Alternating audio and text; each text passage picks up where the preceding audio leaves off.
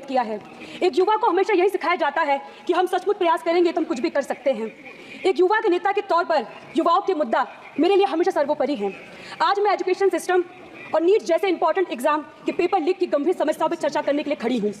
ये मुद्दे हमारे युवा और भविष्य के लिए अत्यंत महत्वपूर्ण हैं और इन पर तत्काल ध्यान देने की आवश्यकता है। सर, भारत भाग्यशाली है कि देश की कुल जनसंख्या में 60% से अधिक युवा हैं और इनमें से अधिकतर छात्र हैं।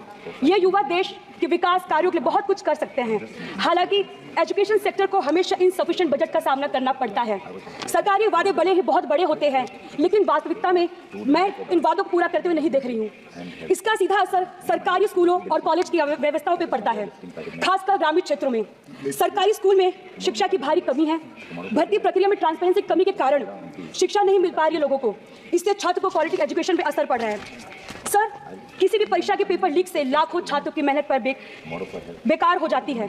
मेरे प्रदेश उत्तर प्रदेश के पुलिस कांस्टेबल परीक्षा 2024 और UPPSC RO ARO paper leak जैसे उदाहरण दिखाते हैं कि एग्जामिनेशन सिस्टम में गंभीर खामियां हैं। Sir, in this digital age where the world is moving towards technology advancement, our school lack basic technology facilities. The situation is particularly bad in rural areas. It is imperative to connect students with modern technology so they can compete globally. Sir, the repeated incidents of paper leak weaken the trust of students and parents in the government and the education system. Such incidents indicate the serious flaws in our examination system, which need immediate rectification. The National Testing Agency has faced significant criticisms for delay in the conducting exams, which has serious implications for students. These delays means that students are experiencing delayed admissions in their college, which resulted in shortened semesters, impacting their academic progress, leading to a situation where 2-year postgraduate degrees are effectively taking 1.5 years to complete.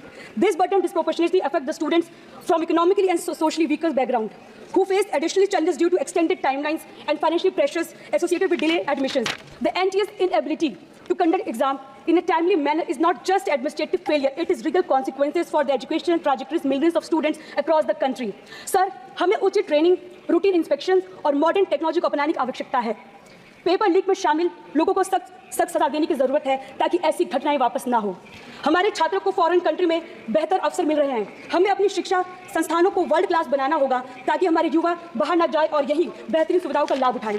अंत में मैं सरकार से आग्रह करती हूँ कि education system और एग्जाम के कंडक्ट में सुधार के ठोस से ठोस कदम उठाए जाए, जिससे हमारे स्टूडेंट्स का भविष्य सुरक्षित होगा और देश की प्रगति सुनिश्चित होगी। ये भाजपा सरकार कहती है कि सबका साथ सबका विकास, लेकिन इन्होंने तो केवल अपना विकास किया है। देश की जनता जाग चुकी है। पीडीए के मान सम्मान में कि डकैती की रक्षा केवल इंडिया गठबंधन कर सकती है। यदि ये सरकार चाहती है कि सबका साथ सबका विकास का नारा पूरा हो तो जातीय जनगणना करा के सबको हिस्सेदारी दे। धन्यवाद।